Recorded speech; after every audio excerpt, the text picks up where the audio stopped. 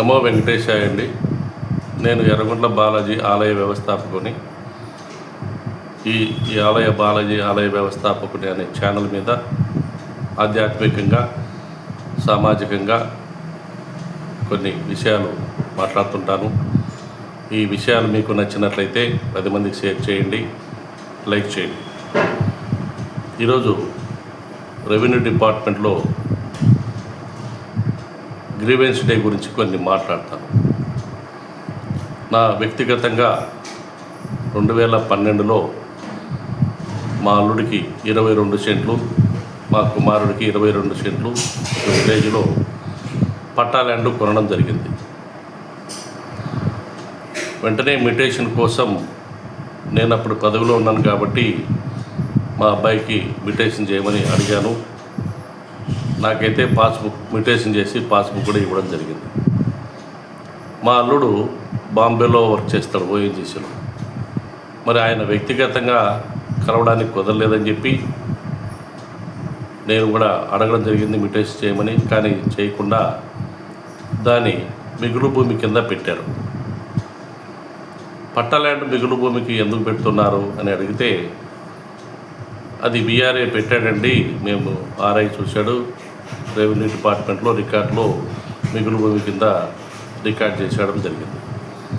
సరే, నేను ఒకసారి తహసీల్దార్ గారిని అడిగితే మీరు అర్జీ ఇవ్వండి అని చెప్పారు. లెటర్ కూడా ఇచ్చాం, కానీ పని జరగడం లేదు. కానీ గ్రీవెన్స్ డే ఉంది కదా అని ఆ గ్రీవెన్స్ డేలో అర్జీ ఇవ్వడం జరిగింది 2017.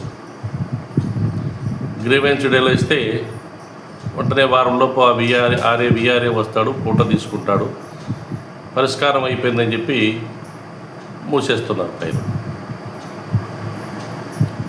మళ్ళీ 2018 నుండి 4-5 సార్లు గ్రీవెన్స్ డేలో వెళ్ళడం జరిగింది, కానీ పరిష్కారం కావడం లేదు. అయ్యా ముఖ్యమంత్రి గారు, గ్రీవెన్స్ డేలో ఏం జరుగుతున్నాయి, పరిష్కారం అవుతున్నాయా లేదా అనేది మీరు కూడా కనీసం 6 నెలలకు ఒకసారన్నా సమావేశం అందరి కలెక్టర్లంతా మీటింగ్ పెట్టుకొని చూడాల్సిన అవసరం ఉంది. ఈ గ్రీవెన్స్ డే అనేది మీరు పెట్టారు కాబట్టి ఈ గ్రీవెన్స్ డే నీరు గారిపోతుంది. పట్టా ల్యాండ్స్ కూడా మిగులు భూమి కిందకి వస్తున్నాయి. రైతులు ఎక్కడో ఉంటారు, రైతులు అందరూ కలవడానికి కుదరదు. ఆ విలేజ్లో తెలుసు పట్టా ల్యాండా ఎవరిది ఏం కథ అనేది. అది వాళ్ళ పేర్లు రాయాలి, కానీ ఆర్ఎస్ఆర్లో ఉంటాయి, 1Bలో ఉంటాయి. మిగులు భూమికి ఎందుకు రాస్తున్నారు? ఆ మిగులు భూమి రాయడం వల్ల ఇతరులకు అవకాశం ఇచ్చినట్టు అవుతుంది. దాన్ని వేరే పేరు మార్చుకొని వాళ్ళు ఆన్లైన్లో ఎక్కించుకొని రిజిస్టర్ చేసుకోవడానికి కూడా అవకాశం ఉంది. అలా జరుగుతున్నాయి. కాబట్టి గ్రీవెన్స్ డేలో ఇచ్చినటువంటి అర్జీలు 1 మంత్లో పరిష్కారం కావడానికి మీరు ఇచ్చిన ఆ సర్కులర్ను ఇప్పుడు నీరు గారిపోతుంది. ఇప్పుడు మేము చేసిన గతంలో మేము ఉద్యోగం చేసేటప్పుడు ప్రతి నెల మేము గ్రీవెన్స్ డే మీటింగ్ పెట్టుకునేవాళ్ళం. ఎక్కడ మన దగ్గర ఎన్ని పెండింగ్ ఉన్నాయి, తహసీల్దార్ దగ్గర ఎన్ని పెండింగ్ ఉన్నాయి, ఆర్డీఓ గారి దగ్గర ఎన్ని పెండింగ్ ఉన్నాయి, కలెక్టర్ గారి దగ్గర ఎన్ని పెండింగ్ ఉన్నాయి, వాళ్ళు వెళ్ళడం జరుగుతుంది, వాళ్ళని రిక్వెస్ట్ చేయడం జరుగుతుంది. ఈ గ్రీవెన్స్లోని అర్జీలను పరిష్కారం చేయడానికి వీలవుతుంది. కానీ ఇప్పుడు ఎవరు పట్టించుకోవడం లేదు. మేము 4 ఏళ్ళ బట్టి తిరుగుతున్నా, నేనే తిరుగుతున్నా 4 సంవత్సరాల బట్టి. మిగులు భూమి తీసి మ్యూటేషన్ డాక్యుమెంట్ ఇచ్చాం, ఈసీ ఇచ్చాం, 1B ఇచ్చాం, రిజిస్టర్ ఆఫీస్కి వెళ్ళి డాక్యుమెంట్ ఎప్పుడో జరిగిన పట్టా ల్యాండ్ విషయాలన్నీ కూడా తీసుకుపోయి ఇచ్చాం. మరి అవన్నీ ఇచ్చిన తర్వాత మ్యూటేషన్ చేయడానికి ఏంటి ప్రాబ్లం? గవర్నమెంట్ ల్యాండ్ కాదు కదా, పట్టా ల్యాండ్ కదా. ఆ పట్టా ల్యాండ్ మ్యూటేషన్ చేసి పాస్బుక్ ఇస్తే సరిపోతుంది కదా. ఇవ్వడానికి ఇవ్వరు, వ్యక్తిగతంగా కలవాలి. ఎన్నిసార్లు కలుస్తాం? నేనైతే 4-5 సార్లు కలిశాను.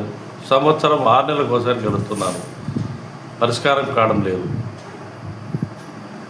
అంటే ఈ గ్రీవెన్స్ డేలో జరుగుతున్నటువంటి చూడండి, ఏం జరుగుతుంది గ్రీవెన్స్ డేలో, పరిష్కారం అవుతుందా లేదా? గ్రీవెన్స్ డేకి వచ్చే వాళ్ళందరూ సన్నకారు రైతులు, చిన్న పేదవాళ్ళే వస్తున్నారు తప్ప పెద్దవాళ్ళు ఎవరు రావడం లేదు. ఈరోజు నేను కూడా వాళ్ళను విచారించి ఆ వీడియో కూడా పెడతాను మీరు. కాబట్టి ముఖ్యమంత్రి గారు దయచేసి ఈ గ్రీవెన్స్ డేను పరిష్కారం అయ్యేది చూడండి. గ్రీవెన్స్ డేలో వచ్చినటువంటి అర్జీలు. ఇంకొక విషయం చెప్తున్నాను సార్ మీకు. ఇంతకుముందు ఆర్టీఐ రైట్ ఇన్ఫర్మేషన్ యాక్ట్ ఉండేది, చాలా బలంగా ఉండేది. ఇప్పుడు ఆ రైట్ ఇన్ఫర్మేషన్ యాక్ట్ ఎక్కడ ఉందో తెలియదు.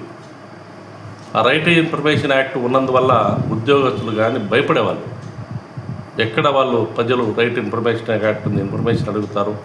ఆ ఇన్ఫర్మేషన్ వేయకపోతే మళ్ళీ కమిషనర్ గారికి వెళ్తుంది, పై ఆఫీసర్కి వెళ్తుంది. పై ఆఫీసర్ ఇన్ఫర్మేషన్ వేయకపోతే హైదరాబాద్కు విజయవాడకు వెళ్ళాల్సి వస్తుంది.